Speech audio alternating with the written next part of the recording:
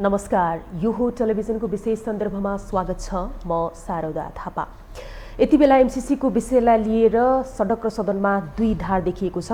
आम नागरिकहरू पनि विभाजित रहेका छन् भने सदनमा रहनेहरू पनि विभाजित नै देखिरहेका छन् र सत्ता गठबन्धन सङ्कटमा परेको छ। एमसीसीको विषयलाई लिएर बुधबार नै संसदमा टेबल गर्ने भनिएको एमसीसीको विषयलाई सर्वत्र रूपमा चर्को आलोचना भइसकेपछि सारियो। त्यस पश्चात फेरि अब संसदको बैठक भोलि बस्ने भनिएको छ। भोलिको बैठकमा के हुन्छ भन्ने र यति बेला चाहिँ सत्ता गठबन्धन दलहरू बीच भेटघाट त्यसै गरी चाहिँ संवादहरू बाक्लिसकेको छ। आजकै कुरा गर्ने हो भनेदेखि दौडधुप एकदमै चलिरहेको छ र यो विशेष गरी एमसीसीको विषयलाई टुङ्ग्याउनको लागि गठबन्धनको बैठक आज बस्दैछ, जुन बैठक चाहिँ सरिरहेको छ र आज बेलुका बस्ने कुरा छँदैछ। र समग्र रूपमा अब यो एमसीसी कसरी अगाडि बढ्छ भन्ने विषयमा र अहिलेको राजनैतिक स्थितिको बारेमा कुराकानी गर्नको लागि आज हामीसँग हुनुहुन्छ स्टुडियोमा राजनैतिक विश्लेषक सुदर्शन आचार्य। हामी उहाँसँग कुराकानी गर्दैछौँ। यहाँलाई स्वागत छ कार्यक्रममा। अब अहिले सडकदेखि सदनसम्म विरोधका स्वरहरू विरोध चर्को रूपमा भइरहेको छ एमसीसीको विषयलाई लिएर, एमसीसीको विरुद्धमा पनि। र एमसीसीको पक्षमा एमसीसी संसदबाटै पास गर्नको लागि म मरिमेटेर लागेको छु भनेर प्रधानमन्त्री समेत रहनुभएका काङ्ग्रेस सभापति शेरबहादुर देउवाले भनि नै रहनु भएको छैन। यो स्थितिमा अब यो एमसीसीको विषय कसरी अगाडि बढ्छ? कसरी अगाडि बढ्छ भन्दा पनि मलाई के लाग्छ भने सत्तारूढ गठबन्धन नेपाली काङ्ग्रेस बाहेक माओवादी केन्द्र र समाजवादीले पनि हामी यथास्थितिमा एमसीसीको पक्षमा हामी उभिन सक्दैनौँ भनेको अपोजिसन नेकपा एमाले पहिला सत्तारूढ गठबन्धनले एमसीसीका बारे आफ्नो दृष्टिकोण तय गरोस् अनि हामी त्यसपछि मात्रै हाम्रो दृष्टिकोण तय गर्छौँ भनेर भनिराखेको र सडकमा पनि एमसीसीको एगेन्स्टमा चर्को रूपमा आवाज उठिराखेको यति बेला कम्तीमा पनि सत्तारूढ गठबन्धनको एउटै दृष्टिकोण बनाएर एमसीसीलाई संसदबाट अगाडि बढाउनु उपयुक्त हुन्छ। त्यो गर्दा नै सत्तारूढ गठबन्धनको पनि आगामी निर्वाचनसम्म हामी सँगै यात्रा गर्ने भनेर जुन गठबन्धनले एउटा कमिटमेन्ट गरेको छ त्यो कमिटमेन्ट पनि पुरा हुने र एमसीसीलाई एउटा निर्णायक तहमा पनि लैजान सकिने। त्यो हिसाबले कम्तीमा गठबन्धनभित्र चाहिँ न्यूनतम समझदारी आवश्यक देख्छु म। न्यूनतम समझदारी पछि मात्रै एमसीसीलाई अगाडि बढाउँदा उत्तम हुन्छ भन्ने मलाई लाग्छ। अब यो न्यूनतम समझदारीकै चाहिँ यहाँनिर अभाव खड्किरहेको छ होइन? जस्तो दुईतर्फी कुराकानी र आफ्नै खालको विचारको कारणले गर्दाखेरि यो समस्या यति बेला देखा परेको छ। अब यो एमसीसीको विषयलाई लिएर नबुझेको हो या बुझाउन नसकेको खासमा के हो? जबकि सत्ता गठबन्धन बीच नै जुन खटपट अहिले भइरहेको छ, अब सत्ता गठबन्धनकै कुरा गर्ने हो भने त यदि एमसीसी यथास्थितिमा पारित भए हामी सरकार छोड्न तयार छौँ भनेर यता माओवादी केन्द्र समाजवादी दलका नेतृत्वले भनिसकेको स्थिति छ। यो हिसाबले गर्दाखेरि बुझाउन किन सकिएन, किन यो खालको चाहिँ स्थिति देखिरहेछ? एमसीसी नेपालका राजनीतिक दलले एमसीसी नबुझेको होइन। नेपालको राजनीतिक दलले सबै संसदमा रहेका नरहेका यहाँका प्रेस सबै सेक्टरले एमसीसीको बारेमा राम्रोसँग ज्ञान छ, राम्रोसँग बुझेको छ। तर नेपालको राजनीतिमा रहेको एउटा फ्याक्टर जसलाई अमेरिका भन्ने बित्तिकै ज्वरो आउँछ र एउटा फ्याक्टर यो 55 अरबको वैदेशिक अनुदानवाला जुन सहयोग छ यो सहयोग यति मात्रै यो सहयोग रोकिँदा एमसीसी पास नहुँदा यति सहयोग मात्रै होइन, भोलि विदेशबाट आउने वैदेशिक अन्य सहयोगहरू पनि रोकिन सक्छ र नेपालको विकासमा एउटा यो एमसीसी चाहिँ एउटा हामीले पास नगर्दै गर्दा समस्याको रूपमा आउन सक्छ भन्ने बुझाइ एउटा शक्तिको रहेको। यो दुईटा शक्ति केन्द्रका बीच स्पष्ट रूपमा दुईटै शक्ति केन्द्रले बुझेको तर एकाथरीलाई ज्वरो आउने र एकाथरीलाई ल्याउनु पर्ने, यो दुईटा बाध्यताका बीच यो एमसीसी अहिले वास्तवमा तपाईँको यो विकासको एजेन्डाबाट राजनीतिक एजेन्डामा एमसीसीले फड्को मार्यो। त्यही त विकासको एजेन्डालाई छोडेर राजनीतिक एजेन्डामा यो विषय प्रवेश गर्दाखेरि चाहिँ यो हालत अहिले भइरहेको छ होइन? तपाईँले भन्नुभयो नि जस्तो एक पक्षलाई ज्वरो आउँछ, एक पक्षलाई चाहिँ जसरी पनि पास गर्नुपर्छ भन्ने छ। यो ज्वरो आउनुको कारण चाहिँ के हो? अब प्रष्ट रूपमा भन्नुपर्छ, वास्तवमा कम्युनिस्ट पार्टी भनेर पार्टीको नाम राखिसकेपछि नेपालका कम्युनिस्ट पार्टीहरूले र नेपालको वाम आन्दोलनमा लागेको शक्तिले अमेरिकालाई हेर्ने दृष्टिकोण नै खोटपूर्ण छ। अमेरिका भन्ने बित्तिकै आजका मितिमा पनि अमेरिकालाई साम्राज्यवादीकै रूपमा हेर्ने, भारतलाई विस्तारवादीकै रूपमा हेर्ने अनि यसरी हेराइ नै खोटपूर्ण भएपछि अनि त्यहाँबाट आउने ग्रान्टका बारे उहाँहरूको एउटा रिजर्भेसन रहनु वा राष्ट्रवादका नाममा उहाँहरूले एउटा अर्को थापिराख्नु, यो उहाँहरूको नजरबाट यसलाई स्वाभाविक मान्न सकिएला, कम्युनिस्टको नजरबाट उहाँहरूको नजरबाट सहज मान्न सकिएला। तर विकासका सन्दर्भमा उहाँहरूले कि त लजिक दिनु पर्यो, कुन कुन मुलुकले एमसिसी लिँदा कुन कुन मुलुकमा अमेरिकी सेना गएर परेड खेल्यो, राष्ट्रिय अस्मितामाथि कुन कुन मुलुकमा अमेरिकाले धावा बोल्यो, उहाँहरूले वामपन्थीहरूले जो असहमतिका स्वर अहिले दर्ज गरिराख्नु भएको छ उहाँले कि त नजिर दिन सक्नु पर्यो। होइन भने विकासमाथि, विकासको योजनामाथि र विकासमाथि यति ठुलो राजनीति किन? यो जनस्तरबाट र यो आम पब्लिकको लेभलबाट पनि उहाँहरूलाई प्रश्न गर्नुपर्ने एउटा जटिल विषयवस्तु चाहिँ हो। तर आम पब्लिकहरू यसरी सडकमा निक्लिरहेका छन्, तातो गोली खान तयार छौँ, हामी सबै कुराहरू त्याग्न तयार छौँ भनेर किन सडकमा निक्लिरहेछन्? जति सडकमा आउनुभएको छ त्यतिलाई आम पब्लिक मान्न सकिँदैन। प्रतिनिधित्व पार्टीको कार्यकर्ता जो नेतृत्वबाट गाइडेड कार्यकर्ता छ, ती कार्यकर्ताहरू सडकमा आएर एमसिसीका विरुद्धमा उहाँहरूले नारा लाउनुलाई म अस्वाभाविक मान्दिनँ।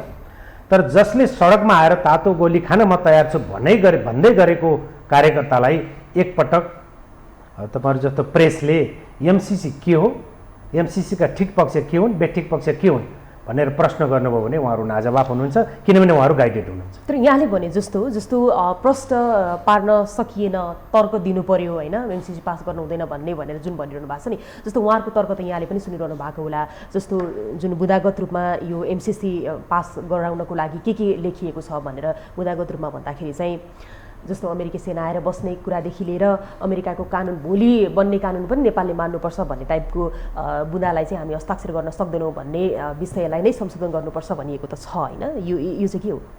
जस्तो म तपाईँलाई उदाहरणसहित दिन्छु। नेपालको महालेखाले अडिट गर्न सक्दैन भन्ने उहाँहरूको एउटा प्रश्न छ। महालेखाले अडिट गर्न पाउँदैन, हिसाब किताब के पनि हेर्न सक्दैन भन्ने कहीँ पनि छैन। त्यही प्रावधान हो अहिले दरबार हाई स्कुल, तपाईँ हामी त्यही बाटोबाट हिँड्छौँ, दरबार हाई स्कुल बनेको छ, चाइनिजले बनाइदिएको छ, प्रावधान एउटै हो। महालेखाले अडिट गर्नै नसक्ने, हेर्नै नसक्ने, हेर्नै नपाउने त्यस्तो प्रावधान कहीँ भएको मैले एमसिसीको बारे मेरो अध्ययनले कहीँ पनि देखाउँदैन, नम्बर 1। नम्बर 2, मान्नुहोस् एकछिनलाई एक्जाम्पल, अमेरिकी सेनै आउने भयो, राष्ट्रिय स्वाधीनतामाथि अमेरिकाले नेपालको राष्ट्रिय स्वाधीनतामाथि धावा बन्ने भयो, त्यहाँ प्रावधान छ नि त। 30 दिनको समय अवधि दिएर एमसिसीलाई एकलौटी नेपाल सरकारले खारेज गर्न सक्छ त भनेको छ नि त।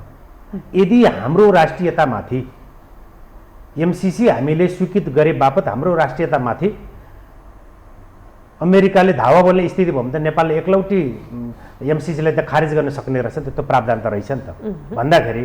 अनि अर्को कुरा, हाम्रो संविधानभन्दा माथिको भनेर चाहिँ देखिएको छ, माथिको भनेर लेखिएको छ, हामीलाई हाम्रो कानुन, हाम्रो संविधान माथि भनेर हामीले भनिरहेका छौँ। एकलौटी रूपमा हामीलाई चित्त नबुझ्दा खारेज गर्ने कुरो त हाम्रो संविधानभन्दा माथिको हुन्छ त। हामीले चाहेअनुसार हामीले यदि हामीलाई स्वीकार्य छैन भने हामी खारेज गर्न सक्छौँ भनेपछि हाम्रो संविधान हाम्रै संविधानमाथि रह्यो नि त। भनेपछि तपाईँको यो चाहिँ यो एउटा विकासका नाममा, एउटा अमेरिकाका नाममा अनि अमेरिकालाई हेर्ने एउटा खोटका नाममा गरिएको राजनीति बाहेक बिल्कुल राजनीति बाहेक केही पनि होइन। अब तपाईँले प्रश्न पारिदिनु पर्यो, आम नागरिकहरू पनि यति बेला एमसिसीको बारेमा कतिले बुझ्नुभयो होला, कतिले यो भ्रम जुन चाहिँ फैलाइएको छ होइन, त्यो आधारमा पनि उहाँहरू सडकमा उत्रिरहनु भएको छ। जस्तो यहाँले जुन तर्क वितर्क गरिरहनु भएको छ नि, यो बिचमा चाहिँ नि एमसिसी पास गर्दाखेरि के हुन्छ, नगर्दाखेरि के हुन्छ? एमसिसी पास गर्दा 55 अरबको विदेशी फन्ड आउँछ, ट्रान्समिसन लाइन र सडकको स्तर उन्नति हुन्छ सिधा भाषामा। एमसिसी पास नगर्दा त्यसको त्यो एमसिसी हामीले पास गरे बापत आउने 55 अरब मात्रै होइन, पश्चिमा मुलुकहरूले हामीलाई विकासका नाममा गर्ने सहयोगहरू पनि क्रमशः ती सहयोगहरू पनि रोकिन सक्छन् र विकासका होइन। एउटा एमसिसीको जुन सहयोग नेपालले नलिँदाखेरि सबै अरू सहयोग रोकिन्छ भनेर किन हामी डराउने? हामीलाई आखिर तपाईँको एमसिसी ज्ञानेन्द्र बहादुर कार्की उहाँले साइन गर्नुभएको थियो, त्यसपछि नेकपा एमालेको केपी शर्मा ओलीको नेतृत्वको सरकार भएको टाइममा तपाईँको संसदबाट हामी पास गर्छौँ भनेर उहाँहरूले भन्नुभयो। नेपाली कङ्ग्रेसले साइन गर्यो, आजका मितिको अपोजिसनको केपी शर्मा ओलीको पालामा हामी संसदबाट पास गर्छौँ भन्नुभयो। दुईटै शक्ति भनेको नेपालको लेफ्ट शक्ति र नेपालको डेमोक्रेटिक शक्ति, दुवै शक्तिले हामी हामीलाई एमसिसी चाहिन्छ पनि भन्यो, हामी संसदबाट एमसिसी पास गर्छौँ पनि भन्यो। दुवै शक्तिले भन्यो। दुवै शक्तिले भनेपछि तपाईँको नेपालको संसदबाट तिमीले पास गर्छौ भने संसदबाट पास गर भनेर भन्नु, त्यसपछि विदेशीले ग्रान्ट दिनु, अनि हामीले एमसिसीका नाममा ठिक छ वा ठिक छैन भनेर हामी सडकमै तपाईँको तातो गोली खान तयार छौँ भनेर राजनीति गर्नु, यो कुन तहसम्मको हामीभित्र हामीलाई हेर्ने, विश्व समुदायले हेर्ने, हामीलाई हेर्ने दृष्टिकोण के हुन्छ? यो बारेमा हाम्रो राजनीतिक नेतृत्व सचेत हुने कि नहुने? मान्नुहोस्, एमसिसीका बुँदाहरूको बारेमा कुनै पनि बुँदाको बारेमा क्लियर हुने हो भने राज्यले एमसिसीलाई वा अमेरिकी सरकारलाई राज्यले परिपत्र गर्न सक्छ, संसदले त्यसको बारे जानकारी लिन सक्छ। कुन बुँदा नेपाललाई चित्त नबुझेको, कहाँनिर हामीले हाम्रो राष्ट्रियता खतरामा देख्यौँ, कहाँनिर हाम्रो स्वाभिमान खतरामा देख्यौँ, कहाँनिर रत्न पार्कमा अमेरिकी सेनै आएर परेड खेल्ने हामीले कहाँनिर देख्यौँ, ती बुँदाहरूमा त प्रश्न गर्न सकिन्छ नि त। ती बुँदाको बारेमा हामीले जवाफ लिन सकिन्छ नि त। हामीले उनीहरूलाई प्रश्न गर्ने त्यो राइट्स त छ। जबकि हामीले एमसिसीको बारे प्रश्न पारिदिनु पर्यो भनेर नेपाल सरकारले त पत्र लेखिसकेको छ। अमेरिकनले त्यसका बारेमा अमेरिकाको हामीले एमसिसीको जवाब हामीले पाइसकेका छौँ। भन्दाखेरि तपाईँको यसलाई एउटा भू राजनीतिक हिसाबले कहीँ न कहीँबाट हामी गाइडेड भएर अनि तपाईँको चाहिँ भू राजनीतिक खेलको एउटा शिकार हामी बनेर अनि हामी एउटा विकासको एउटा परियोजनामाथि हामी यसरी राजनीति गर्छौँ भने सिङ्गो विश्व समुदायले हामी प्रतिको हेर्ने दृष्टिकोण भोलि के हुन्छ? भोलि हामी सक्षम छौँ, हामी हाम्रो मुलुकबाट राज्य कोषमा जम्मा भएको आय स्रोतबाट मात्रै हामी विकास निर्माण गर्न सक्षम छौँ भने ठिक छ, केही पनि नल्यौँ हामी। भनेपछि यथास्थितिमा एमसिसी पास हुँदाखेरि केही मुलुकको लागि यथास्थितिमा एमसिसी पास हुँदा मुलुकको लागि उहाँहरूले सत्तारूढ गठबन्धनकै दुईटा दलले पनि भन्नुभएको छ एमसिसीमा यथास्थितिमा हामी एमसिसी पास गर्न सक्दैनौँ। यथास्थितिमा पास गर्न नसक्ने भए के संशोधन हो उहाँले चाहेको के हो जनतालाई उहाँहरूले बुझाउनु पर्ने उहाँहरूको दायित्व होइन। उहाँहरू भनिराख्नु भएको छ हामी यथास्थितिमा पास गर्दैनौँ, त्यसमै के हो त? उहाँले पास गर्नको लागि पेपर देखाउँदै उहाँहरूले भनिरहनु भएको छ। के भन्नुभयो त उहाँहरूले? मैले तपाईँलाई पनि मैले प्रति प्रश्न गरेको। उहाँहरूले राष्ट्रिय स्वाधीनतामाथि खतरा छ भन्नुभयो। कुन बुँदामा राष्ट्रिय स्वाधीनतामा खतरा देख्नुभयो उहाँहरूले? महालेखाले अडिट गर्नै पाउँदैन, कहाँनिर पाउँदैन भनेको देख्नुभयो त? पेपर त आखिर डेमोक्रेटिक र लेफ्टले हेर्ने पेपर त एउटै होला। एमसिसीले पठाएको पेपर त तपाईँ हामीले पढ्ने पेपर त एउटै होला नि त। भन्दा कहाँनिर उहाँहरूको पनि दायित्व हो नि त। अहिले त उहाँहरू राज्य सञ्चालनको एउटा निर्णायक तहमा हुनुहुन्छ। उहाँहरू एकातिर सरकारमा रहने अनि अर्कोतिर सडकमा उहाँहरूले आन्दोलन गर्ने, यस्तो डबल रोल राजनीतिमा यो हो। यही एमसिसीमा डबल रोल उहाँहरूको त्यो रोलले पनि तपाईँको आम पब्लिकले उहाँलाई के भनिरहेछ? एउटा दुर्भाग्य हो नि। उहाँहरूले एमसिसीको विषयलाई लिएर यति बेला सडकमा पनि सदनमा पनि दुवैतिर उहाँहरू डबल रोलमा हुनुहुन्छ। उहाँहरू हो डबल रोलमा हुनुहुन्छ। उहाँहरूले के भन्नु पर्यो? हामी यो कुरा कारणले हामी एमसिसीको पक्षधर होइनौँ, त्यो भए हुनाले हामी सरकारमा अब रहँदैनौँ। प्रधानमन्त्री शेरबहादुर देउवाले एमसिसीलाई अगाडि बढाउन चाहनु भएपछि हामी सरकारमा अब रहँदैनौँ, हामी एमसिसीका पक्षधर नै होइनौँ। यो वा त्यो कुनै पनि बाहनामा हामी पक्षधर नै होइनौँ, हामी बाहिरिन्छौँ। उहाँहरू बाहिरिन सक्नुहुन्छ, बाहिरिनु पऱ्यो नि त। तर होइन, उहाँहरू सरकारमा पनि रहने, सेवा सुविधा पनि लिने राज्य कोषबाट, राष्ट्रिय झन्डा हल्लाएर उहाँहरू हिँड्ने पनि। अनि के भन्ने भने तपाईँको चाहिँ यतापट्टि हामी सडकमा बसेर तपाईँको हामीलाई एमसिसी नो एमसिसी पनि भन्ने। उहाँहरूका कार्यकर्ताले र उहाँहरूका नेतृत्वले भन्नु पऱ्यो कुन बुँदामा असहमति हो। राज्यले त प्रश्न गर्न सक्छ नि त। मैले यसअघि पनि तपाईँलाई भने राज्यले त प्रश्न गर्न सक्छ नि त, कहाँनिर असहमति हो। त्यसले गर्दा तपाईँको अब यो सहमति वा असहमति भन्दा पनि यो कुनै एजेन्डामा सहमति वा असहमति हुँदै होइन, यो भू राजनीतिले गरेको काम हो। र उहाँहरू कहीँ न कहीँबाट गाइडेड हुनुहुन्छ। नेपालको वामपन्थी आन्दोलन, नेपालको वाम आन्दोलन र हिजो पार्टी वामपन्थीहरूको बिचमा एकता गराउने सन्दर्भ नै कहीँ न कहीँबाट गाइडेड छ। त्यसले गर्दा उहाँहरू आजका मितिमा पनि उहाँहरू गाइडेड भएको हिसाबले उहाँहरू तपाईँको सबै कुराहरू एकैपटक गाह्रो हुन्छ। उहाँहरू तपाईँ निधाएको नाटक गर्ने मान्छेलाई बिउजाउन मुस्किल हुन्छ। जो निधाएको छ उहाँहरूलाई बिउजाउन सजिलो हुन्छ। त्यसले गर्दा उहाँहरू आफैलाई उहाँहरूलाई थाहा छ, उहाँहरूले भन्नु पऱ्यो तपाईँको कुन बुँदा संशोधन गर्नुपर्ने बुँदा चाहिँ के हो। उहाँहरूले भन्नु पऱ्यो के कारणले एमसिसी सत्तारूढ हिजो उहाँहरूले प्रधान न्यायाधीशका विरुद्धमा महाअभियोग ल्याउने बेलामा त उहाँहरू सहमत हुनुभएको थियो नि त। तपाईँले यसपछि प्रश्न गर्दै हुनु होला। यो प्रश्न मैले अगाडि नै तपाईँलाई जवाफ दिएँ। प्रधान न्यायाधीशका विरुद्धमा माधव नेपालको पार्टीले कानुनी मान्यता प्राप्त गर्ने कि नगर्ने र सभामुखको एजेन्डा कसरी प्रस्तुत हुने भन्ने जुन दिन अदालतमा पेशी थियो त्यही दिन उहाँहरूले चाहिँ एकाएक रातारात हस्ताक्षर गरेर प्रधान न्यायाधीशका विरुद्धमा त उहाँहरूले महाभियोग लगाउनु भयो। त्यो महाभियोग लगाउन्जेलसम्म उहाँहरू एमसिसी पास गर्ने, पेश गर्ने, अगाडि बढाउने, अनुपस्थित हुने हामीले सामाजिक सञ्जालदेखि हामीले राष्ट्रिय स्तरका मिडियाहरू तपाईँहरूकै मिडियाबाट पनि हामीले थाहा पाएकै हो। उहाँहरू सब कुरा तयार हुनुभयो, उहाँहरू अनुपस्थित हुने, काङ्ग्रेसले संसदमा पेश गर्ने, पास गर्ने सबै कुरा। अब एकाएक के आकाशवाणी आयो उहाँहरूलाई, कहाँबाट आकाशवाणी आयो जो अहिले तत्काल युटर्न गरेर हामी अब एमसिसी पक्षधर छैनौँ, हामीलाई एकदमै पार्टीभित्र भयानक ठुलो चाहिँ एकदमै ठुलो दबाब भयो, अब हामी त्यो पक्षधर छैनौँ। हिजो महाभियोग लगाउने बेलामा त्यो एमसिसी ठिक देख्ने, तपाईँहरू पेश गरेर पास गर्नुहोस् भनेर भन्ने, सरकारबाट हामी बाहिर नै नौ भन्ने, हामी एमसिसीको हामी त्यो दिन मतदानमा अनुपस्थित हुन्छौँ भन्ने, त्यो चाहिँ ठिक हुने, त्यो एमसिसीमा कुनै बुँदामा पनि उहाँहरूलाई अवरोध नहुने। अनि तपाईँको फेरि एकाएक यो के आकाशवाणी आयो। त्यसले गर्दा नेपालको राजनीतिमा केही पात्रहरू बहुत अस्थिर पात्रहरू हुनुहुन्छ, अस्थिर खेल खेल्ने पात्रहरू हुनुहुन्छ। त्यसले गर्दा यो खालको स्थिति देखा पर्यो। त्यो भएपछि तपाईँको चाहिँ उहाँहरूले प्रस्ट्याउन जरुरी छ। अब नभयो भने कि तपाईँको अब 2-3वटा प्रधानमन्त्रीका सामु 2-3वटा अप्सन छन्, यसपछि तपाईँको प्रधानमन्त्रीको अप्सन के हुन् भन्ने बारे तपाईँले अवश्य सोध्नु होला।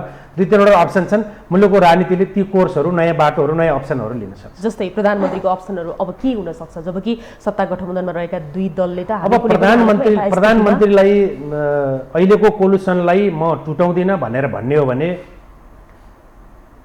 गठबन्धनभित्र सल्लाह गरेर एमसिसी टेबल गर्ने र एमसिसीका बारे मतदान र एमसिसीको निर्णय चाहिँ आगामी निर्वाचन पछाडि लिने एउटा त्यो बाटो हुनसक्छ। अमेरिकाले सार्न सक्छ यो समय? नेपालको राजनीतिक परिस्थितिको बारेमा अमेरिका पनि आफ्नो जानकारीभन्दा बाहिर छैन, तर धेरै पटक त सारिसकेको, धेरै पटक सारेको छ। प्रधानमन्त्रीका सामुको मैले अप्सन मात्रै भनेको एउटा अहिले टेबल गर्ने र निर्वाचन पछि लैजाने एउटा त्यो अप्सन हुनसक्छ। तर टेबल गर्नको लागि फेरि संसद अवरुद्धलाई उहाँहरूले सरकारबाट माओवादी केन्द्र र समाजवादी सरकारबाट नबाहिरिने भने उहाँहरूले टेबल गर्नेसम्म उहाँहरूले पनि त्यो टेबल गर्ने कुरामा पनि उहाँहरूको असहमति नहुन सक्छ। तर यही बिचमा छ नि, मैले यहाँलाई यो बिचमा प्रश्न गरिहालेँ, जस्तो झलनाथ खनाल जो वरिष्ठ नेता हुनुहुन्छ यो नेकपा यसको होइन, उहाँ नै यो एमसिसीको विषयलाई लिएर एउटा समितिको संयोजक पनि हुनुहुन्थ्यो होइन, तर उहाँले नै खबरदार संसदमा लगेर यो एमसिसीको विषयलाई टेबल गर्न पाइँदैन भनेर उहाँ आफैले अभियोग दिनुभएको छ। यो अवस्थामा चाहिँ के गर्न सकिन्छ? उहाँको पार्टीको धारणा त यथास्थितिमा हामी संसदबाट एमसिसी पास गर्न सक्दैनौँ भनेर समाजवादीको त्यो धारणा आइसकेका छ होइन। आजै मात्र पनि त्यो धारणा सार्वजनिक भएको छ। माओवादी केन्द्रको पनि त्यो धारणा भएपछि त्यो धारणालाई उहाँहरूले झलनाथ खनाल, पुष्पकमल दाहाल, माधव कुमार नेपालले ती निर्णय भएका धारणालाई उहाँहरूले आफूले व्यक्तिगत रूपमा राख्नु वा त्यो पार्टीको धारणाको हो भनेर राख्नु त्यो स्वाभाविक हो। त्यो पार्टीले निर्णय गरेपछिको धारणा हुन्। म यसअघि तपाईँलाई भन्दै थिएँ तपाईँको प्रधानमन्त्रीको अप्सनका बारेमा, यो चाहिँ तपाईँले भन्नुभएको प्रश्नमा यो पार्टीले निर्णय गर्यो र त्यही निर्णय भएका धारणाहरू उहाँहरूको माध्यमबाट उहाँहरू बाहिर आयो। अर्को अप्सन भनेको प्रधानमन्त्रीसँग त संसद भङ्ग गरेर निर्वाचनमा जाने अप्सन पनि छ। संसद भङ्ग गरेर निर्वाचनमा जान सक्नुहुन्छ, जुन सर्वोच्च अदालतले, सुप्रिम कोर्टले तपाईँको सरकार बनाऊ र पुरा अवधि सरकार सञ्चालन गर, सरकार बनाउन सक्ने अवस्था छैन भने तिमी निर्वाचनमा जाऊ भनेर प्रधानमन्त्रीलाई त्यो म्यान्डेट सर्वोच्च अदालतले त्यो म्यान्डेट दिइसकेको छ। दोस्रो अप्सन हो। अब तेस्रो अप्सन संसद भङ्गको पनि अप्सन छैन, सम्भावना छैन, सँगै यात्रा गर्न सक्ने पनि अप्सन छैन भने अपोजिसनको लिडर केपी शर्मा ओलीले बालुवाटारतिर आँखा लगाउनु भएन भने प्रधानमन्त्री शेरबहादुर देउवासँग भएको अर्को तेस्रो अप्सन के पनि हो भने फेरि एमालेसँग सहकार्य गर्ने 7वटा प्रदेशका सरकारहरूमा फेरबदल हुन सक्छ। फेरि पनि फेरबदल हुन सक्छ। अब सरकारमा फेरबदल हुन सक्छ। यो तीनवटा स्टेप यदि प्रधानमन्त्रीजीले गर्नुभयो भने, अपनाउनु भयो भने सहज छ वातावरण। त्यो बाहेक अर्को पनि प्रधानमन्त्रीसँग अर्को पनि अप्सन अब उहाँले जोर जबरजस्ती पेश गर्नुभयो अनि बाँकी रहेका सबै समाजवादी, माओवादी, एमाले सबै मिलेर कुनै शक्ति केन्द्रले, कुनै अदृश्य शक्तिले उहाँहरू सबैलाई एकै ठाउँमा उभ्याइदियो भने नेपाली कांग्रेसै अपोजिसनमा पुगेर उहाँहरूको बिचको सरकार निर्माण गर्ने त्यो पनि त अप्सन छ। अर्को अप्सन पनि अहिलेको यो जुन गठबन्धनको सरकार चाहिँ गठबन्धनको सरकारलाई स्थायित्व दिने हो भने आजका मितिमा जम्मा 2टा अप्सन। एउटा अप्सन भनेको एमसिसी पास गर्ने, टेबल गर्ने र पास गर्ने। दोस्रो अप्सन भनेको एमसिसी टेबल गर्ने र इलेक्सन भन्दा पछाडि लैजाने। प्रधानमन्त्रीको यो 2टै अप्सन संयुक्त अहिलेको जुन संयुक्त सरकारमा यो दुईटै अप्सन भएन भने प्रधानमन्त्रीको अप्सन भनेको पार्लियामेन्ट विघटन गर्ने र निर्वाचनमा जाने, त्यो निर्वाचन भनेको स्थानीय निर्वाचन हुने छैन, त्यो आम निर्वाचन हुनेछ। त्यसपछि पनि त्यो अप्सन पनि प्रधानमन्त्रीको लागि सहज अप्सन भएन भने प्रधानमन्त्रीसँग अर्को अप्सन भनेको नेकपा एमालेसँग मिल्ने, अहिलेको कोलिसन टुट्छ, नेकपा एमालेसँग मिल्ने। मैले जुन यसअघि भनिसकेँ तपाईँलाई। यहाँले भनिसक्नुभयो यो संसद भङ्ग गरेर निर्वाचनमा जानको लागि चाहिँ नि कतिको सहज छ अहिलेको यो जुन चाहिँ वातावरण? यो एमसिसीले हामीले जतिवटा पनि 4वटा 5वटा जति पनि अप्सनमा छलफल गऱ्यौँ, एमसिसीको एजेन्डाले सबै अप्सन असहज छ, सबै अप्सन असहज छ। सहज अप्सन त कुनै पनि छैन। यो स्टेप चाल्न सकिन्छ भन्ने मात्रै भयो? मात्रै यो स्टेप चाल्न सकिन्छ भन्ने मात्रै हो। सहज अप्सन त सहज अप्सन भनेको संयुक्त सरकारका घटकहरू एमसिसी पास गर्ने कुरामा सहमत भएको भए पनि सहज अप्सन हुन्थ्यो, अथवा अमेरिकाले बटम लाइन नदिएको भए पनि इलेक्सनभन्दा पछाडि पुग्थ्यो भन्दा सहज अप्सन हुन्थ्यो। भन्दा तपाईँको चाहिँ आजका मितिमा यी जे जति पनि अप्सन छन् यी अप्सन भनेको सहज अप्सन, कुनै पनि अप्सन सहज अप्सन होइन। यी भनेको बाध्यकारी अप्सन हुन् र यसले यो आगामी 2-3 दिन 4 दिनभित्र नेपालको राजनीतिले कुन बाटो लिन्छ भनेर नेपालको राजनीतिका बारेमा अनुमान लगाउनु नै धेरै कठिन छ। त्यसले गर्दा नेपालको राजनीतिले कुन बाटो लिन्छ भनेर अहिले नै हामीले सहज रूपमा अप्सनहरू त यी हुन्, तर सहज रूपमा यही बाटो लिन सक्छ नेपालको राजनीतिले भनेर भनिहाल्न सक्ने अवस्था चाहिँ आजका मितिमा छैन। अब यस सँगसँगै छ नि, जस्तो कुनै पनि सहयोग लिने नलिने भन्ने कुरा त त्यो मुलुकमा भर पर्छ, त्यो व्यक्तिमा भर पर्छ होइन। जस्तो अमेरिकाले पटक पटक यो सहयोग लिएन भने हामी अरू सहयोग पनि रोक्छौँ भनेर दबाब दिनुको कारण चाहिँ के हो त? यो प्रश्न चाहिँ किन? यो सहयोग चाहिँ आजको सत्तारूढ घटक मध्येको मुख्य घटकले हामीलाई त्यो सहयोग दिनुस् भनेर नेपालबाट प्रपोजल पठाएर सिग्नेचर गर्ने, अनि आजको अपोजिसनले हामी पार्लियामेन्टबाट पास गर्छौँ भनेर भन्ने चाहिएर त होला नि त, लिने भएर त भन्या होला नि होइन? हामीलाई हाम्रो ट्रान्समिसन लाइन र हाम्रो सडकको स्तर उन्नतिको लागि हामीलाई मद्दत गर्नुहोस् भनेर कि पहिला नै उहाँहरूले हामीले माग्नुभन्दा पहिला नै हामी दिन्छौँ, हाम्रा यो शर्त छन् भनेर कि पहिला नै भनेको थियो एमसिसीले, अमेरिकाले? त्यो त हामीले कहीँ पनि पढेनौँ।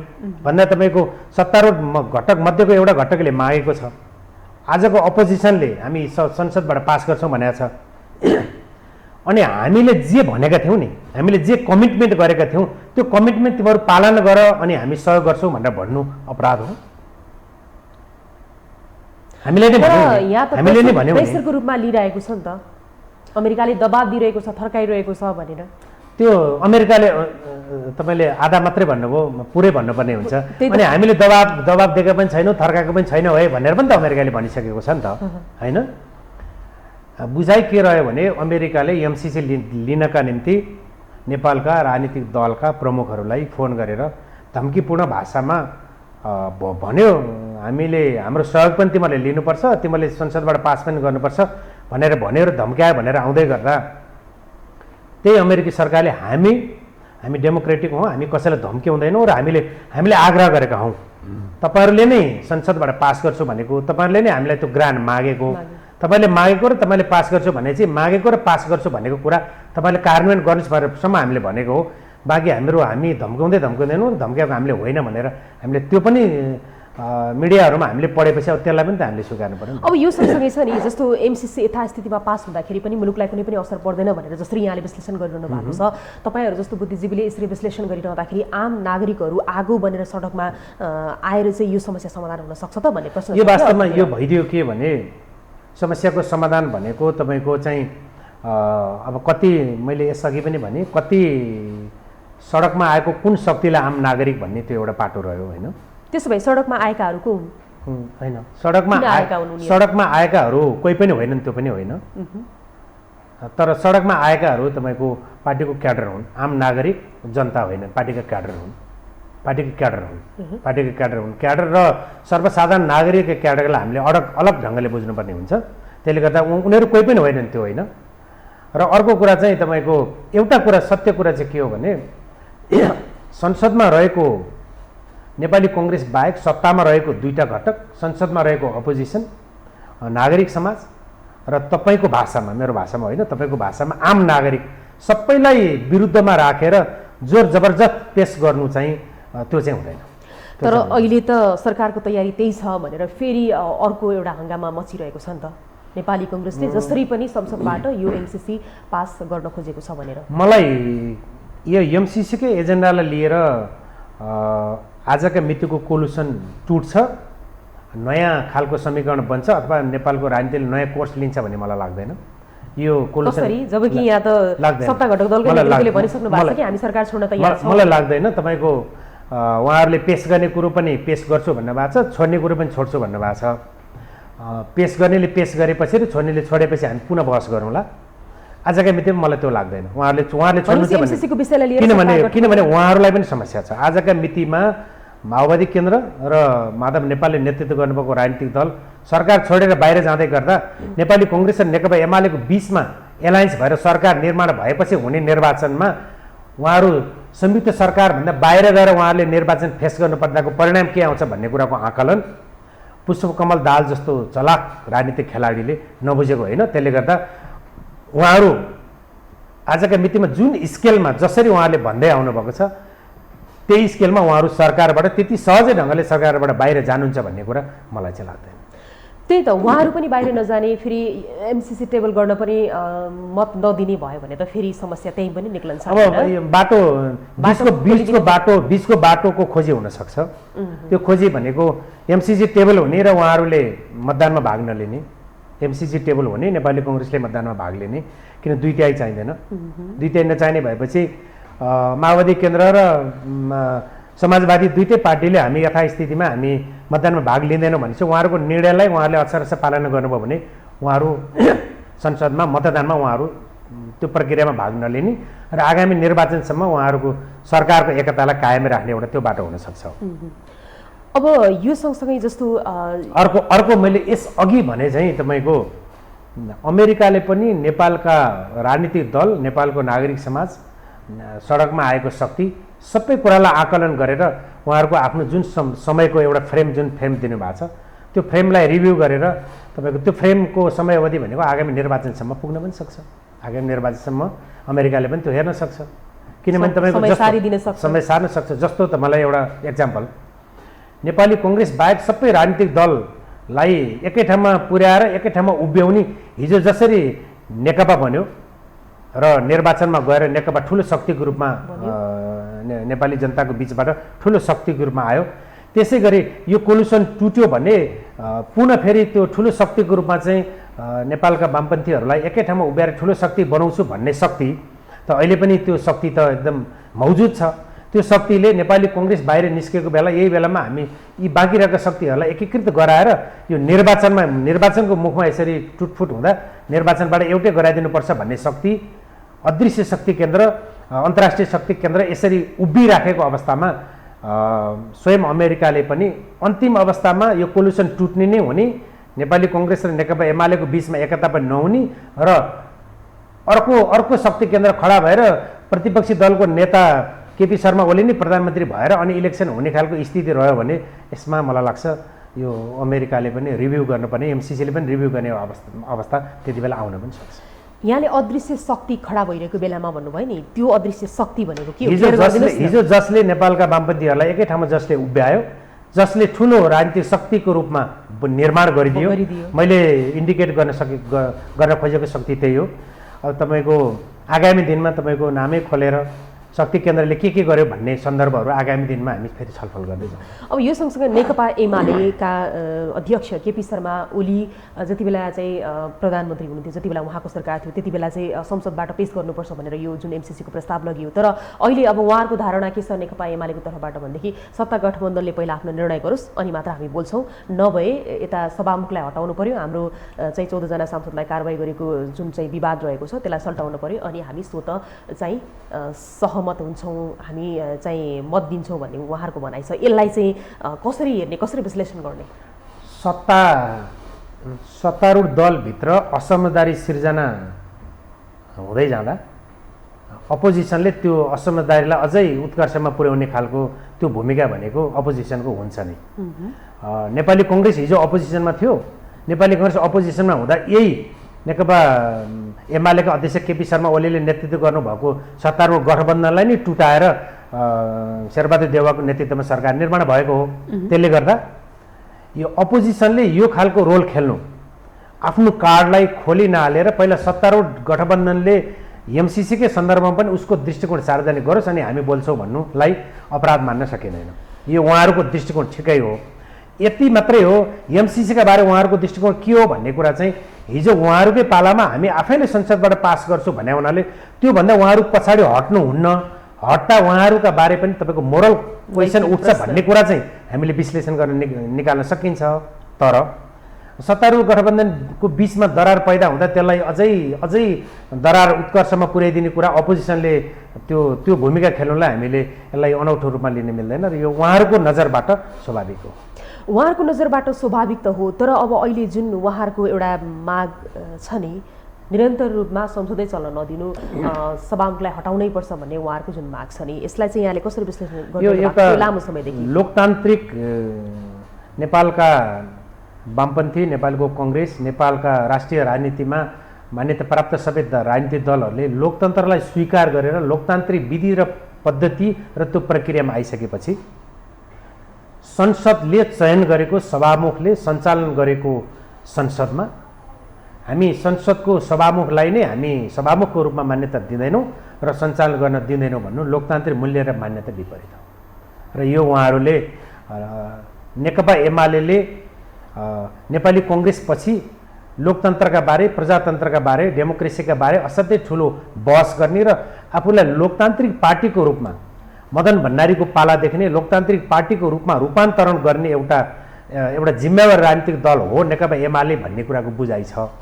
त्यो बुझाइभन्दा उहाँहरूले एकदम पृथक काम गर्नुभएको छ। त्यसले गर्दा संसदको कार्यसूचीमा रहेका एजेन्डाहरूलाई स्वीकार्ने अस्वीकार गर्ने त्यो एउटा प्रक्रिया हो, एउटा प्रक्रियाबाट टुङ्गोमा पुग्छ। तर संसदले चयन गरेको सभामुखलाई नै हामी अस्वीकार गर्छौँ भन्नु त्यो लोकतान्त्रिक विधि र पद्धतिभन्दा विपरीत कुरा हो। यदि सभामुखले गम्भीर अपराध गरेको छ, सभामुख गम्भीर अपराधी हो, सभामुखले गरेका काम कारबाहीहरू गलत छन् वा सभामुखको स्वयं आफ्नो छवि नै उहाँको पृष्ठभूमि नै गलत छ भने उहाँलाई न्यायिक कठघराबाट उहाँले गरेका अपराधहरू के हुन् त्यसको छिनोफानो गर्ने निकाय भनेको न्यायिक कठघरा हो। न्यायिक कठघराबाट टुङ्गो लाउनुपर्छ। तर संसदले चयन गरेको, बहुमतले चयन गरेको सभामुखलाई हामी सभामुखको रूपमा मान्यता दिँदैनौँ भनेर भन्नु चाहिँ लोकतान्त्रिक पद्धतिभन्दा अलिकति पृथक हो। त्यसलाई सहज ढङ्गले अथवा त्यो उहाँ नेकपा एमाले जे गर्यो त्यो ठिक गर्यो भनेर त्यो बुझ्न सकिँदैन, बुझ्न मिल्दैन। र अब यो सँगसँगै जुन एमसिसीको विषयमा हामीले कति धेरै कुराहरू गऱ्यौँ होइन, यहाँले स्टेप पनि भनिदिनु भयो प्रधानमन्त्रीज्यूले के गर्न सक्नुहुन्छ भनेर। अब यो सँगसँगै प्रधानमन्त्रीज्यूसँग त्यति धेरै अप्सन्स पनि छन् होइन, त्यसै गरी अब उहाँहरूकै कुरा गर्ने हो भने एमालेसँग मिल्न पनि सक्नुहुन्छ, त्यो पनि छ। फेरि यता सत्ता गठबन्धनको नेतृत्व प्रचण्डजी र यता माधवजीले त हामी बरु सरकार छोड्न तयार छौँ, यता स्थितिमा पास हुन दिँदैनौँ भन्ने पनि रहनु भएको छ। सँगै अर्को खतरा पनि छ, आफूबाट बाँकी रहेका दुईटा गठबन्धनका दुईटा दलहरू बाहिर निक्लेर केपी ओली, माधव नेपाल, प्रचण्ड लगायतको बिचको सरकार निर्माण भएर आफू फेरि अपोजिसनमा पुग्ने त्यो खतरा पनि छ। र त्यो हुँदाहुँदै पनि नि जस्तो कङ्ग्रेसले जो चाहिँ सत्तामा पनि रहेको छ होइन, उसले किन पास गर्न सक्दैन त, किन ब्याक हटिरहेको छ त? नै सत्तारूढ गठबन्धनले सत्तामा रहेका राजनीतिक दलहरूलाई अधिकतम लचकता प्रयोग गरेर त्यो राजनीतिक दललाई सँगै यात्रा गरेर आगामी निर्वाचनसम्म हामी सँगै जाने भनेर गठबन्धन गरेपछि ती प्रतिबद्धता जाहेर गरेपछि गठबन्धन टुटे पनि टुटोस्, हामी जसरी पनि पास गर्छौँ भनेर भन्नु त नेपाली कङ्ग्रेसको त्यो एउटा लोकतान्त्रिक एउटा आफ्नो छविभित्र पनि पर्दैन। त्यसले पनि सँगै त्यो मितिसम्मको यात्रा सँगै तय गर्नका निम्ति पनि पटक पटक बैठक सार्ने, पटक पटक संवाद गर्ने, पटक पटक सर्वदलीय बैठक राख्ने, पटक पटक सत्तारूढ घटक मध्येका अन्य घटकका नेतृत्व गर्नुभएका नेताहरूलाई बालुवाटार बोलाउने कुरा गर्ने त्यो प्रयत्न त भइरहेछ नि त। अब यो सँगसँगै अब बालुवाटार जाने अर्थात् यता बालकोट जाने यो क्रम त खुमलटार जताततै जाने र संवाद वार्ता गर्ने त छँदैछ। यो सँगसँगै जस्तो अमेरिकी राजदूत, नेपालका लागि अमेरिकी राजदूत एन्डी बेरीसँगको भेटघाटलाई पनि तीव्र बनाइएको छ होइन, जस्तो आजको मात्रै कुरा गर्ने हो, अर्थात् हिजो अस्तिकै कुरा गर्ने हो भने ओलीजीले पनि त भेटिसक्नु भएको छ उहाँलाई पटक पटक होइन।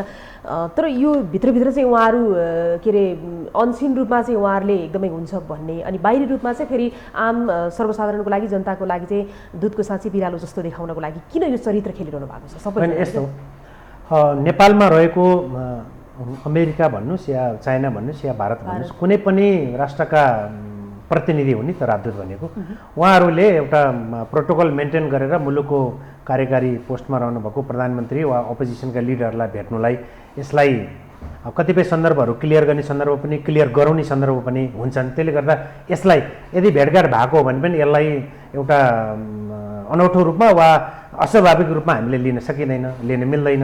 यो एउटा प्रक्रिया हो, एउटा नियमित प्रक्रिया हो, सन्दर्भअनुसार भेटघाट हुन्छ। मूल प्रक्रिया भनेको तपाईँको एउटा विकासको निम्ति अमेरिकाले दिने भनेको ग्रान्टको सन्दर्भ हो र त्यो सन्दर्भ भनेको विकासको ग्रान्टले अहिले राजनीतिक रूप लिएको छ। यही सन्दर्भमा उहाँहरूको पनि भेटघाट भएको हुनसक्छ। यदि भेटघाट भएको हो भने उहाँहरूको भेटघाट भएको हुनसक्छ। खालि यति मात्रै हो तपाईँको। अब ती भेटघाटका एजेन्डाहरू के भए, दुई देशका हितका निम्ति भनेर पनि बाहिर आउन सक्छन्। भेटघाटमा के भए त्यो उहाँहरू आफूले जान्ने कुरा हो।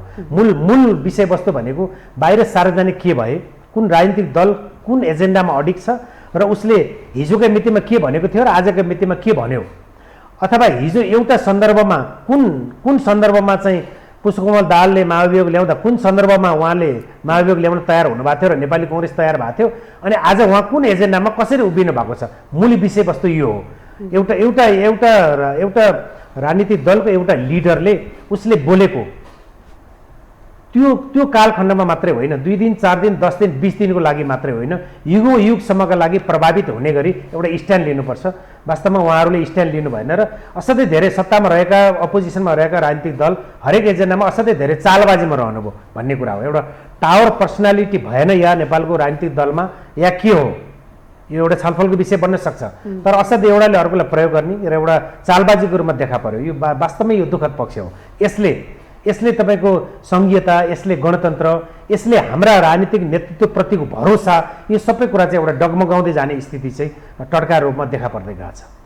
यो वास्तवमै यो अहिले हामी जुन सिस्टममा हामीले संवाद गरिरहेछौँ, जुन सिस्टम अहिले मुलुकमा रन गरिरहेछ, यो सिस्टमको लागि पनि शुभ सङ्केत होइन। शुभ सङ्केत होइन यहाँले भन्नुभयो होइन। जस्तो एमसिसीकै कुरालाई लिएर त्यसो हो भने चाहिँ अब अहिले यत्रो रडाको नै मचिरहेको छ होइन। अब एमसिसी पास हुँदाखेरि चाहिँ सबै कुरा चाहिँ ठिकठाक हुन्छ भन्ने हो होइन होला नि? होइन, एमसिसी पास भयो भने ठिकठाक हुने अथवा एमसिसी फेल भयो भने गणतन्त्र जाने त होइन। त्यो होइन। हो चाहिँ के हो भने हाम्रो नेतृत्व जे बोल्छ, जहाँ आफ्नो सिग्नेचर गर्छ, जे कुरामा नेतृत्वको अडान थियो त्यसका निम्ति चाहिँ तपाईँको लामो कालखण्डसम्म त्यो अडानबाट ब्याक हुँदैन, छिनछिनमा बोली फेर्दैन। बालोटारबाट निक्लेर खुमलटार नपुग्दै, बालकोट नपुग्दै आफ्ना बोलीहरू परिवर्तन हुँदैनन्, कोटेश्वर नपुग्दै आफ्ना बोलीहरू परिवर्तन हुँदैनन् भन्ने कुराको हाम्रो नेतृत्वले त्यो आभास दिन सकेन भने नेतृत्वप्रतिको विश्वास टुट्दै जान्छ, भरोसा टुट्दै जान्छ।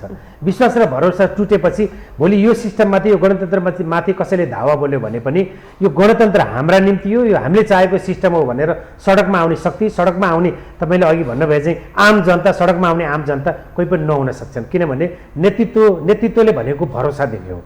जब नेतृत्वले भरोसा टुटाउँदै जान्छ त्यसपछि सिस्टममाथि भोलि कुनै न कुनै ठाउँबाट धावा बोलियो भने त्यो सिस्टमले स्थायित्व नपाउन सक्छ। त्यसले गर्दा यो एमसिसी आजका मितिको सन्दर्भ मात्रै हो। योभन्दा पछि अरू सन्दर्भ पनि आउलान्। योभन्दा हिजो विगतमा पनि अरू सन्दर्भहरू पनि थिए। यस्ता सन्दर्भहरूमा नेतृत्वले बोलेपछि तपाईँको एउटा चट्टानी अडान हुनुपर्छ र उहाँहरूले बोलेपछि अब त्यही कुरा चाहिँ अन्तिम हो र फाइनल हो भन्ने कुरा हुनुपर्छ भन्ने मेरो भनाइ हो। आम पब्लिकको पनि भनाइ हो। उहाँले त बोलेको मात्रै होइन, आयो नि केही समय अगाडि हामीले सार्वजनिक मिडियाहरूमा हेऱ्यौँ नि, उहाँले हस्ताक्षर गर्नुभएका कपीहरू पनि आयो। अब हस्ताक्षर पनि गरेका कुराहरूलाई पनि, आफूले बोलेका कुराहरूलाई पनि, आफूले कमिटमेन्ट गरेका कुरालाई ती कुराबाट छिनमा बदलिने हो भने तपाईँको अनि त्यो 12 बजेको कुरा हो, 2 बजे त हामी बदलिसकेका थियौँ भनेर भन्ने हो भने कहाँ पुग्छ? उहाँहरूको प्रतिको भरोसा कहाँ पुग्छ? मुलुक कहाँ पुग्छ? अनि हामीले उहाँहरूलाई, आम पब्लिकले उहाँलाई भरोसा कसरी? त्यही त यही पत्रको कुरामा जस्तो प्रचण्डजीको पनि हस्ताक्षर भएको कपी त बाहिरिसकेको छ होइन। तर अहिले उहाँ नै बरु म सरकार छोड्न तयार छु तर यथास्थितिमा संशोधन नभइकन पास गर्नु हुँदैन भनेर लागि परिरहनु भएको छ। उहाँले किन यो रङ फेरिरहनु भएको छ? हो, तपाईँको आज यथास्थितिमा उहाँलाई कहीँ न कहीँको दबाब वा कहीँ न कहीँको आकाशवाणीपछि उहाँ चाहिँ म यथास्थितिमा पास गर्न तयार हुन्न भन्ने हो भने हिजो चाहिँ केपी ओलीलाई सरकारबाट हटाएर अनि उहाँ सहितको पार्टीहरूको सरकार निर्माणका निम्ति चाहिँ उहाँहरू हस्ताक्षर गर्न तयार हुने, अनि यो डबल स्ट्यान्डर्ड किन त? एउटा लिडरले यसरी पटक पटक डबल स्ट्यान्डर्ड देखाउनु हुन्छ? पब्लिकले के भन्छ उहाँलाई? त्यही त संशोधनको लागि टाइम मागेको भन्ने कुरा छैन पत्रमा। उहाँहरूले चाहिँ त्यही कुरालाई आफ्नो अडान लिनु होइन। उहाँले भन्नुभएको छ तपाईँको तत्कालीन अवस्थामा हामी सरकार निर्माणको निम्ति पनि हामी बाध्यकारी अवस्थामा थियौँ। हामी बाध्यकारी अवस्थामा भएको हुनाले सरकार निर्माणका निम्ति हामीले त्यो पत्र पठाएर हामी यो सरकारको निर्माणको एउटा नयाँ चरणमा प्रवेश गऱ्यौँ भनेर उहाँले भन्नुभयो। भनेको सत्ता प्राप्तिको निम्ति कसैलाई हटाएर सत्ता प्राप्तिको निम्ति जुनसुकै पेपरमा पनि सही गर्न तयार हुने, अनि सत्ता प्राप्तिपछि तपाईँको हिजो आफैले हस्ताक्षर गरेको पेपरको प्रश्न उठ्दाखेरि अनि फेरि म असाध्यै ठुलो दबावमा छु, त्यसले गर्दा यथास्थिति म गर्न सक्दिनँ भन्ने भएपछि तपाईँको चाहिँ जनताप्रतिको उहाँहरूको भरोसा र जनताप्रतिको उहाँहरूको विश्वास खण्डित भयो कि भएन? अब यो सत्ता गठबन्धन सङ्कटमा पर्न थालिसकेपछि प्रचण्डजीले त अभिव्यक्ति पनि दिइसक्नु भएको छ, म बालकोटमा गएर केपी ओलीजीसँग सानो हुन पनि सक्छु, त्यसको लागि मलाई कुनै समस्या छैन भनेर, होइन? यो कुरालाई चाहिँ ठिक छ, राजनीतिमा त्यो त हुन्छ। राजनीतिमा तपाईँको हिजो केपी शर्मा ओलीलाई सत्ताबाट पार्टी नै टुटाएर सत्ताबाट बाहिर निकालेर बालकोट पुर्याउनका निम्ति महत्त्वपूर्ण भूमिका निर्वाह गर्नुहुने पुष्पकमल दाहाल र माधव कुमार नेपाल आज शेरबहादुर देउवालाई छोडेर प्रधान मुलुकको सरकारको नेतृत्व तपाईँ लिदिनु पऱ्यो, नयाँ सरकार निर्माण गर्नु पऱ्यो भनेर उहाँहरूलाई जाने त्यो अप्सन त खुल्ला हुन्छ। त्यो त्यो त्यो मोरल्ली के हुन्छ त्यो उहाँहरूले जान्ने कुरा हो। त्योभन्दा बाहेक उहाँहरूले गएर तपाईँको चाहिँ उहाँले भन्नुभए चाहिँ तपाईँले भन्नुभए चाहिँ तपाईँको म त्यहाँ गएर पनि तपाईँको उहाँलाई नेतृत्व लिनका निम्ति भन्न सक्छु भनेर उहाँले भन्न पनि सक्नुहुन्छ, गर्न पनि सक्नुहुन्छ। स्वाभाविक राजनीतिमा तपाईँको त्यहाँमाथि पनि अहिले उहाँहरूले नेतृत्व गर्नुभएको, अहिले सत्ताको नेतृत्वकर्ता अपोजिसन जो हुनुहुन्छ उहाँहरूको राजनीतिमा त उहाँहरूले गर्नुभएको राजनीतिको शब्दकोशमा त तपाईँको के ठिक के बेठिक, के गर्न हुने के गर्न नहुने, अब सरकार ढल्यो भने फेरि उहाँहरू सबै मिलेर केपी शर्मा ओलीकै नेतृत्वमा पुनः हुने, फेरि अर्को नेकपा डबल तेवर नेकपाको जन्म हुने, यो सबै कुराहरू स्वाभाविक हुन्छ जस्तो लाग्छ मलाई। किनभने तपाईँको उहाँहरूले गर्नुभएको क्रियाकलाप अथवा उहाँहरूको बोलीलाई हेरेर मैले भनिरहेको छु, इथिक्सको पोलिटिक्स गर्ने हो भने चाहिँ नहुनुपर्छ। अब यहाँले नै भनिरहेको कुराबाट सठिक विश्लेषणको यो एउटा कन्क्लुजन निकाल्नु पर्दाखेरि चाहिँ प्रचण्डको डबल स्ट्यान्डर्डको कारणले गर्दाखेरि एमसिसीको विषयलाई लिएर यो स्थिति देखा परेको भन्न सकिन्छ। अब यो त जग जाहेर छ तपाईँको नेपालको राजनीतिमा उहाँहरूसँग नेकपा माओवादीसँग नै रहनुभएका प्रचण्डसँगबाट बाहिरिनु भएका हिजो उहाँहरूको युद्धको कालखण्डमा सँगै रहनुभएका नेतृत्व त्यो पार्टीमा रहनुभएका नेताहरूले पनि भन्नुभएको छ नेपालको राजनीतिमा यो पछिल्लो समयमा सबैभन्दा अस्थिर खेलाडी र नेपालको राजनीतिलाई पनि सबैभन्दा अस्थिरतामा लैजाने खेलाडी भनेको पुष्पकमल दाहाल हो। त्यसले गर्दा तपाईँको उहाँले कसलाई कुन समयमा लिनुहुन्छ र कसलाई कुन समयमा उहाँले छोड्नुहुन्छ वा उहाँ आफैले कोसँग कुन समयमा टाँसिनुहुन्छ र कति समयमा उहाँहरूलाई बाहिरिनुहुन्छ यसको कुनै लेखाजोखा गर्नै सकिँदैन भनेर उहाँहरू भित्रैबाट पनि यो कुरा आइराखेको छ भनेपछि र नेपालका वामपन्थी धेरै लिडरहरूले यो कुरा भनिराख्नु भएपछि अब हामीले यसमा धेरै थप गर्नुपर्छ होला भन्ने मलाई लाग्दैन। भन्ने त लाग्दैन, तर पनि अब विषय त यही कुराले गर्दाखेरि तातिरहेको छ इस्यु, त्यो हिसाबले हामीले यो कुराकानी गऱ्यौँ। अब यो कुराकानीसँगै नि अब हुन त यहाँले भनिसक्नुभयो यो एमसिसीकै विषयलाई लिएर गठबन्धन टुट्दैन भनेर, होइन? अब गठबन्धनको भविष्य के हो यहाँले मलाई लाग्छ तपाईँको हामी लगभग अन्तिममा आयौँ होला। मलाई लाग्छ समग्रमा तपाईँको उहाँहरूलाई जति शेरबहादुर देउवा मुलुकको प्रधानमन्त्री हुनुहुन्छ उहाँलाई धम्क्याउनका निम्ति म बालकोट गएर सरकारको नेतृत्व तपाईँले लिदिनु पर्यो भनेर भन्छु भनेर जति धम्क्याए पनि पुष्पकमल दाहाललाई र माधव कुमार नेपाललाई त्यति सहज छैन। उहाँहरू सरकारबाट छोडेर गएर केपी ओलीको नेतृत्वमा सरकार निर्माण गर्नुभयो भने त्यसपछिको उहाँहरूको पोजिसन के हुन्छ भन्ने कुरा उहाँहरूले त्यो राम्रोसँग झल्झली उहाँहरूले पूर्व अनुमान उहाँहरूले गर्नुभएको छ। आजका निम्ति एउटा राजनीतिमा घुर्की पनि हुन्छ, उहाँहरूले यो सबै घुर्क्याएको मात्रै हो एउटा कुरा। अर्को कुरो नेपालको यो अहिलेको परिस्थिति सबै हेरिसकेपछि तपाईँको एमसिसीको पनि समय अवधि पनि समयको फ्रेम पनि केही समय बढ्न सक्छ, नबढिकन उहाँहरू आफै अनुपस्थित भएर पास हुन पनि सक्छ, यही फ्रेमभित्र पास हुन पनि सक्छ। त्यसले गर्दा तपाईँको समग्रमा मलाई आजकै मितिमा यो यो यो एमसिसीका कारण गठबन्धनको भविष्य चाहिँ अब लगभग अन्तिम अवस्थामा डिलमै आयो र भरे भोलि नै टुटिहाल्छ भन्ने कुरा कम्तीमा मलाई चाहिँ लाग्दैन। ठिक छ, अहिले एकैछिनपछि गठबन्धनको बैठक बस्दैछ, यसले नै अन्तिम टुङ्गो लगाउने र गठबन्धनको अन्तिम बैठक नै यही हुने हो कि भन्ने आशंका पनि छ नि त? मलाई लाग्छ गठबन्धन टुट्छ भन्ने कुरा मलाई लाग्दैन। टुट्यो भने नेपालको राजनीतिमा तपाईँको यसै पनि नेपालको राजनीति नै अस्थिरतामा गएको छ। एउटै पार्टीको 5 वर्षसम्म ढुक्कसँग सरकार निर्माण गर्न सक्थ्यो, सरकार सञ्चालन गर्न सक्थ्यो, सकेन, टुटेर अहिले यही कालखण्डभित्र पनि अर्को सरकार निर्माण भएको छ। उहाँहरू पनि कोही उहाँहरूबाट बाहिरिनु होला, बाहिरिँदा नयाँ सरकार पनि निर्माण होला, तर नेपालको नयाँ सरकार निर्माण होला, मुलुकले नयाँ सरकार पाउला, तर अस्थिरताको अन्त्य चाहिँ मुलुकले पाउँदैन। त्यसले गर्दा फेरि नेपालको अस्थिरताको बीजारोपण होइन कि अस्थिरता झाँगिँदै जान्छ र अस्थिरताले तपाईँको झनै विकास निर्माणदेखि तपाईँको चाहिँ राजनीतिक स्थायित्वदेखि धेरै कुरामा फेरि पनि प्रभाव पार्छ। त्यसले गर्दा मलाई लाग्छ उहाँहरू सचेत हुनुहुन्छ। यही सरकारले तिनै तहका निर्वाचन गराएर मुलुक नयाँ एउटा नयाँ निर्वाचनपछि नयाँ सरकारमा मुलुक प्रवेश गर्छ र यो एमसिसीको विषयले उहाँहरूको बिचमा टुटफुट हुन्छ भन्ने कुरा यति बेला तपाईँ र म अहिले संवाद गर्दै गर्दा यति बेला यो 5 बजेभन्दा अगाडिको समयमा म अहिले नै त्यो कल्पना गरिदिनँ। यदि टुट्यो, उहाँहरू बालटवारबाट निक्लँदै गर्दा उहाँहरूका मन्त्रीहरूको सामूहिक राजीनामा आयो र गठबन्धन टुट्यो भने मुलुकको निम्ति दुर्भाग्यपूर्ण हुन्छ। एमसिसी चाहिँ पास हुनैपर्छ। एमसिसी पास हुनुपर्छ। यो ग्रान्ट रोकिँदा हामीले वैदेशिक आगामी दिनमा पनि वैदेशिक ठुलो सहायताहरू हामीले प्राप्त गर्ने छैनौँ। त्यसले गर्दा नेपालको विकासका निम्ति हामीले हिजोका मितिदेखि प्राप्त गर्दै गरेका सहयोगहरू अवरुद्ध हुँदा स्वाभाविकले नेपालको विकासका निम्ति हामीलाई समस्या सिर्जना हुन्छ। त्यसले गर्दा एमसिसी पनि पास हुनुपर्छ, पास हुन्छ। यो गठबन्धन पनि टुट्दैन। यसको समयको फ्रेम केही तलमाथि होला वा पास गर्ने तौर तरिकामा केही फेरबदल आउन सक्छ। अब यो एमसिसी के सन्दर्भलाई लिएर प्रधान न्यायाधीशमाथि लगाइएको जुन महाअभियोगको प्रस्ताव छ नि, यो विषयलाई चाहिँ यहाँले यो अवधिमा कसरी हेर्नु भएको छ?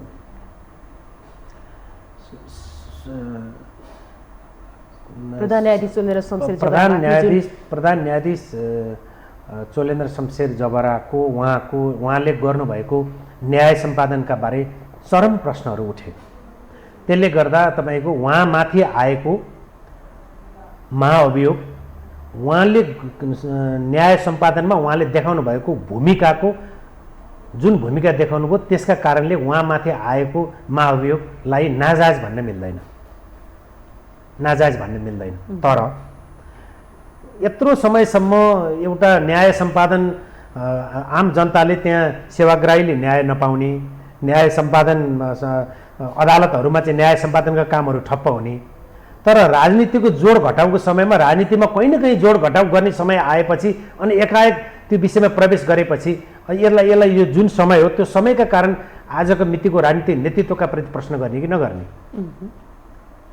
त्यसले गर्दा यो अस्ति आइतबार महाअभियोग प्रस्ताव दर्ता हुँदै गर्दा कति समय भयो सर्वोच्च अदालतमा न्याय सम्पादन नभएको, सेवाग्राहीले न्याय नपाएको कति समय भयो? यत्रो लामो कालखण्डसम्म 12 आन्दोलित छ, 104 दिन 12 आन्दोलित छ।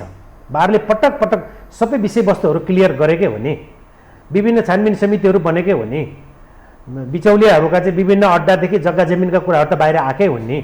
यदि ती सबै कुराहरू सत्य हुन् भने उहाँहरूले यसलाई चाहिँ यो सर्वोच्च अदालतभित्रको न्यायाधीशहरूको बिचको चाहिँ उहाँहरू भित्रैको विषयवस्तु हो, ती निरूपण गर्नुपर्छ भनेर भन्ने।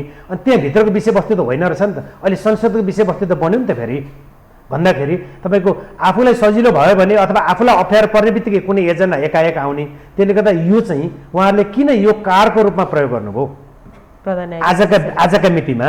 यो त हिजै उठ्नु पर्थ्यो नि त, हिजै महाअभियोग दर्ता हुनु पर्थ्यो नि त, एउटा छिनोफानो हुनु पर्थ्यो नि।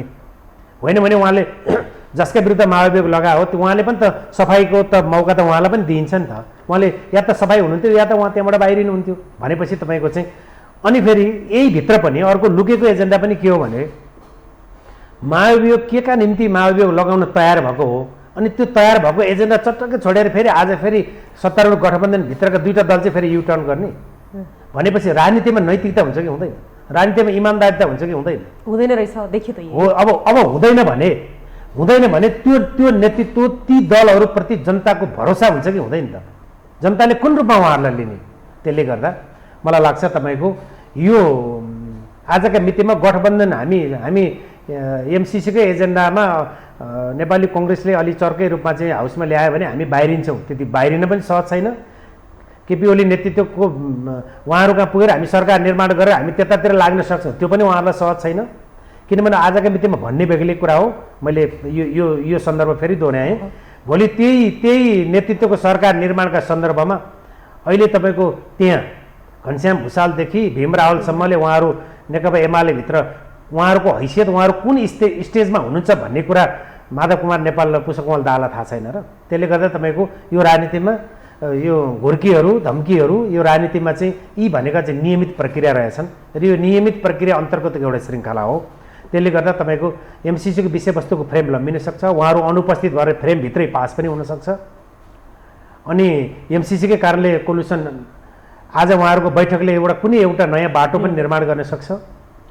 अब तपाईँले भन्नुभए चाहिँ राजदूत र प्रधानमन्त्रीको बिच यदि भेटघाट भएको हो भने अमेरिकाको केही नयाँ सन्देश पनि हुनसक्छ। त्यसले गर्दा हामी समय कुरौँ, हामी समय पर्ख्यौँ। यो यसैका कारणले एमसिसीकै कारणले कोलुसनको बिचमा दरार धेरथोर दरार त आजको मितिमा आइ नै सकेको छ, तर कोलुसन टुटेर उहाँहरू छलफलमा चाहिँ झन्डा हल्लाउँदै गएर फर्किँदाखेरि झन्डा छोपेर फर्किनुहुन्छ होला भन्ने कुरो, सामूहिक उहाँहरूले राजीनामा दिनुहुन्छ होला, सजिलैसँग उहाँहरू सत्ताबाट बाहिरिनुहुन्छ होला भन्ने कुरो कम्तीमा मलाई चाहिँ लाग्दैन। यहाँलाई समय र विचारको लागि धेरै धेरै धन्यवाद। हजुर, धन्यवाद। दर्शकवृन्द, हामी यति बेलासम्म यो टेलिभिजनको विशेष सन्दर्भमा कुराकानी गरिरहेका थियौँ राजनैतिक विश्लेषक सुदर्शन आचार्यसँग अहिलेको समसामयिक विषय, विशेष गरी एमसिसीको विषयमा, र यी नै कुराकानीसँगै आजको लागि समय सकिएको छ। यो टेलिभिजन हेर्दै गर्नुहोला। शारदा थापा बिदा हुन्छु। नमस्कार।